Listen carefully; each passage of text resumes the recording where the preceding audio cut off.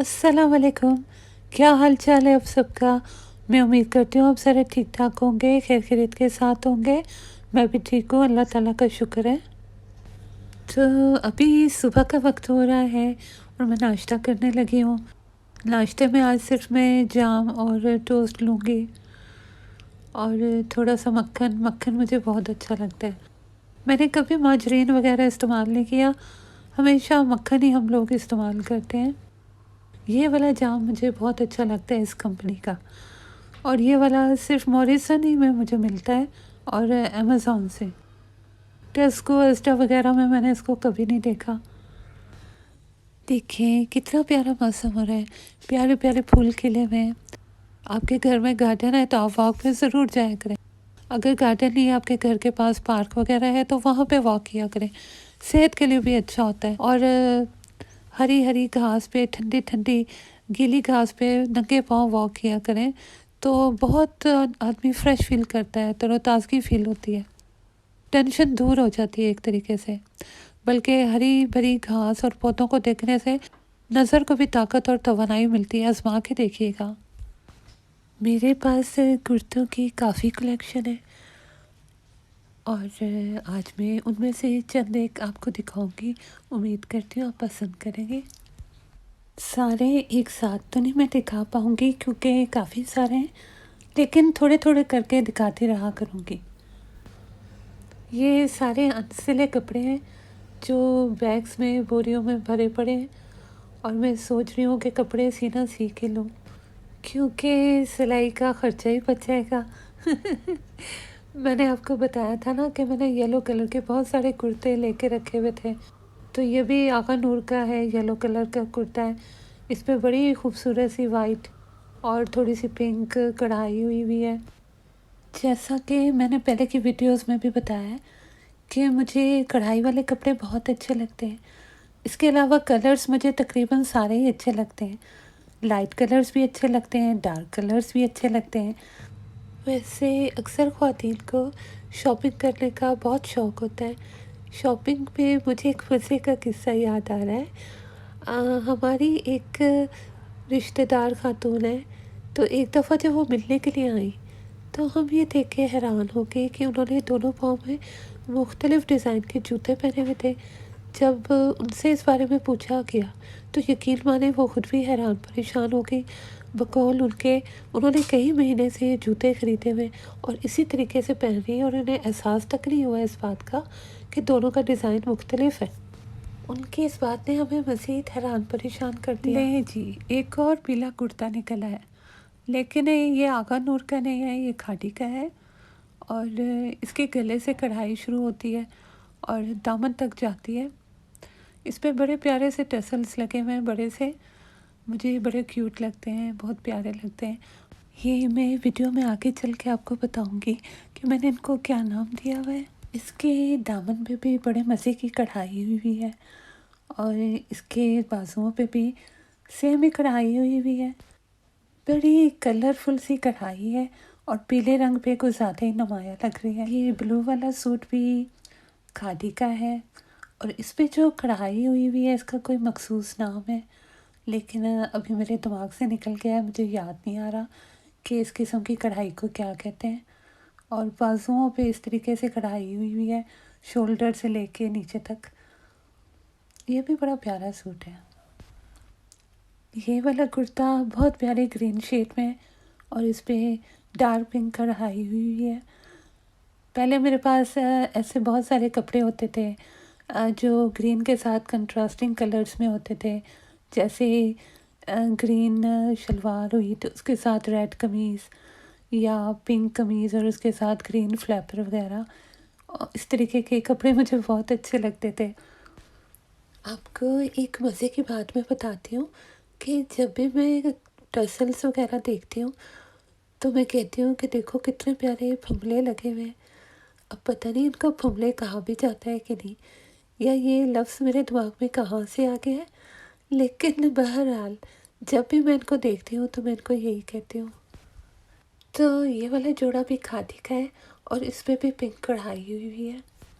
जब मैं बचपन में स्कूल में पढ़ा करती थी ना, तो उन दिनों हमारी सिलाई कढ़ाई की भी एक क्लास होती थी जिसको हम बहुत इंजॉय करते थे। एक दूसरी क्लास भी थी जिसको हम बहुत इंजॉय करते थे और वो थी ड्राइंग की क्लास। मगर यकीन मानिए कि कुछ क्लासेस तो इतनी बोरिंग होती थी, इतनी बोरिंग होती थी कि वक्त ही नहीं गुजरता था। तो ऐसे में हम क्या करते थे कि कुछ ऐसे तरीके आजमाते थे ताकि बोरियत थोड़ी सी कम हो जाए। ऐसे वक्तों में अक्सर हम ऐसा करते थे कि कोई माल पानी क्लास में लेके आ जाया करते थे छुपा के, यानी कोई खाने पीने की चीज़, और छुप छुप के उसे खाते थे, सरगोशियों में बातें करते थे। और अक्सर ऐसे वक्त में इतनी हंसी आती थी, इतनी हंसी आती थी कि कभी कभार तो टीचर हैरान होकर हमारी तरफ देखती थी और कहती थी मैं कोई लतीफ़ा सुना रही हूँ क्या। और आप यकीन मानिए कि इस बात पे हमें मज़ीद हंसी आ जाती थी और टीचर हैरान होकर हमें देखने लगती थी।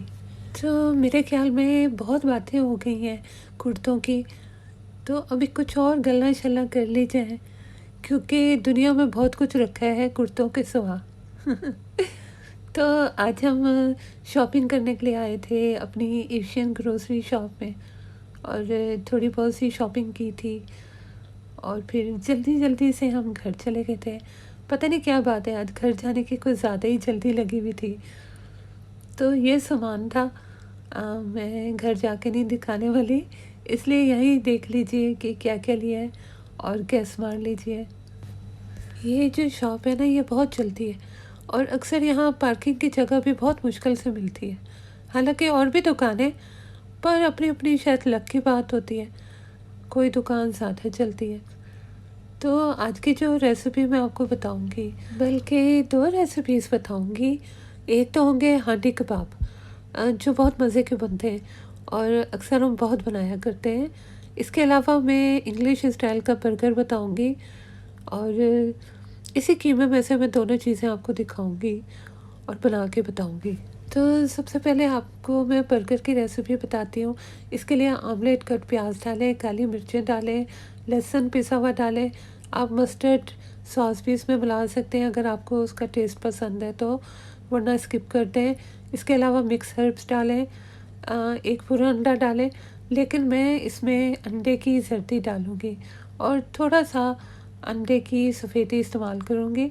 आप पूरा अंडा भी इस्तेमाल कर सकते हैं, डिपेंड करता है आप कितना कीमा इस्तेमाल कर रहे हैं। इसके बाद इन सारों को अच्छी तरीके से मिक्स कर लें और नमक आप हस्बे ज़रूरत ऐड करें। आप मस्टर्ड सॉस को कीमे में भी शामिल कर सकते हैं और अगर आप इसमें ना शामिल करना चाहें तो आप उसको अलहदा से भी सर्व कर सकते हैं बर्गर के साथ। आप बर्गर के साथ कोई भी सॉस सर्व कर सकते हैं, ये आपकी मर्ज़ी पे डिपेंड करता है। बर्गर का शेप इन्हें देते हैं जैसा कि आप देख सकते हैं और थोड़ा सा मोटा साइज़ रखें, चंकी साइज़ रखें इनका। इसके बाद आप इन्हें थोड़े से तेल में तल लें।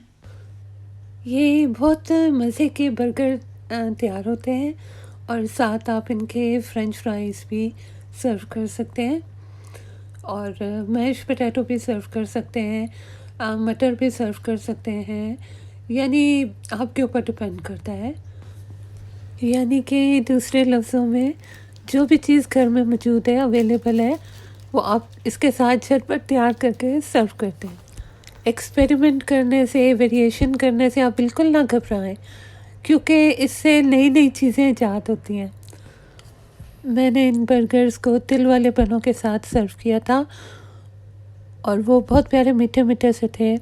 साथ में स्वीट चिली सॉस मैंने ऐड की थी, गार्लिक सॉस ऐड की थी, थोड़ा सा सलाद मैंने लगाया था बन्स में और चीज़ का स्लाइस रखा था।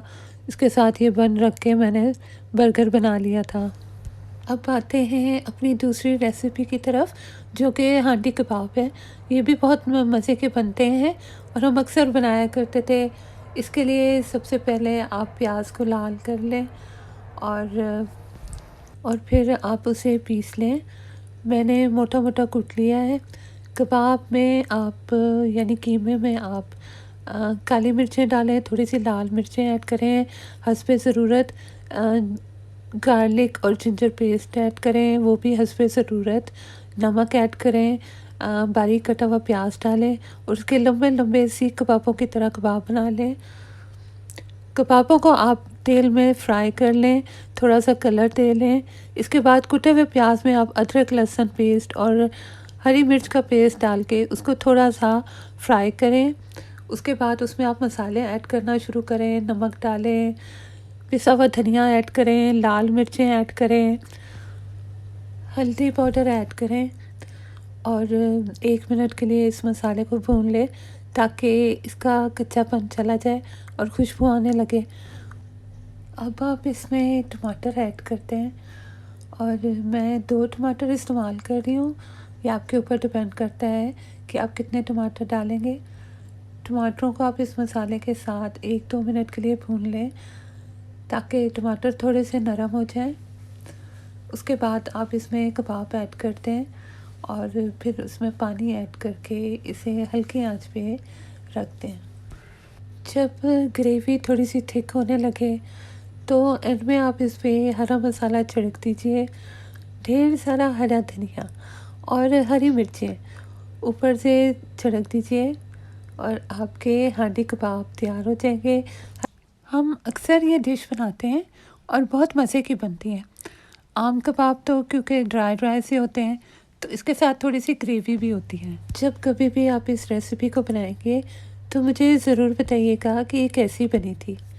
अब आइए प्रॉन की रेसिपी की तरफ।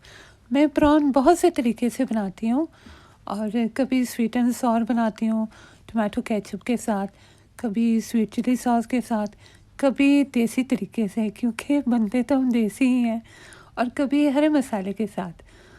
हरा मसाले के प्रॉन में इस तरीके से बनाती हूँ कि हरी मिर्चें, अदरक लहसुन पेस्ट और हरा धनिया, थोड़ा सा पुदीना, इन सारी चीज़ों को मैं मिक्स करके पीस लेती हूँ और उसके बाद प्रॉन्स को हल्का सा फ्राई करती हूँ ताकि उसका पानी ड्राई हो जाए और उसके बाद मैं उसमें हरा मसाला ऐड कर देती हूँ, पिसा हुआ हरा मसाला, और थोड़ी देर फ्राई करने के बाद उतार लेती हूँ और मेरा प्रॉन हरा मसाला डिश तैयार हो जाती है। इस प्रॉन वाली डिश को आप उबले चावलों के साथ भी खा सकते हैं, नूडल्स के साथ भी और रोटी के साथ भी। अब वीडियो का एंड है और एंड में मैं आपसे एक बात कहना चाहती हूँ। उन लोगों को वजाहतें दे देकर अपना वक्त और सुकून बर्बाद ना करें जो हमेशा आपकी हर बात को गलत समझते हैं और आपको गलत साबित करने के लिए अपना पूरा जोर लगाते हैं। दुआओं में याद रखिएगा, अपना बहुत बहुत ख्याल रखिएगा। इंशाल्लाह ताला जल्दी दोबारा से मुलाकात होगी। अल्लाह हाफिज़।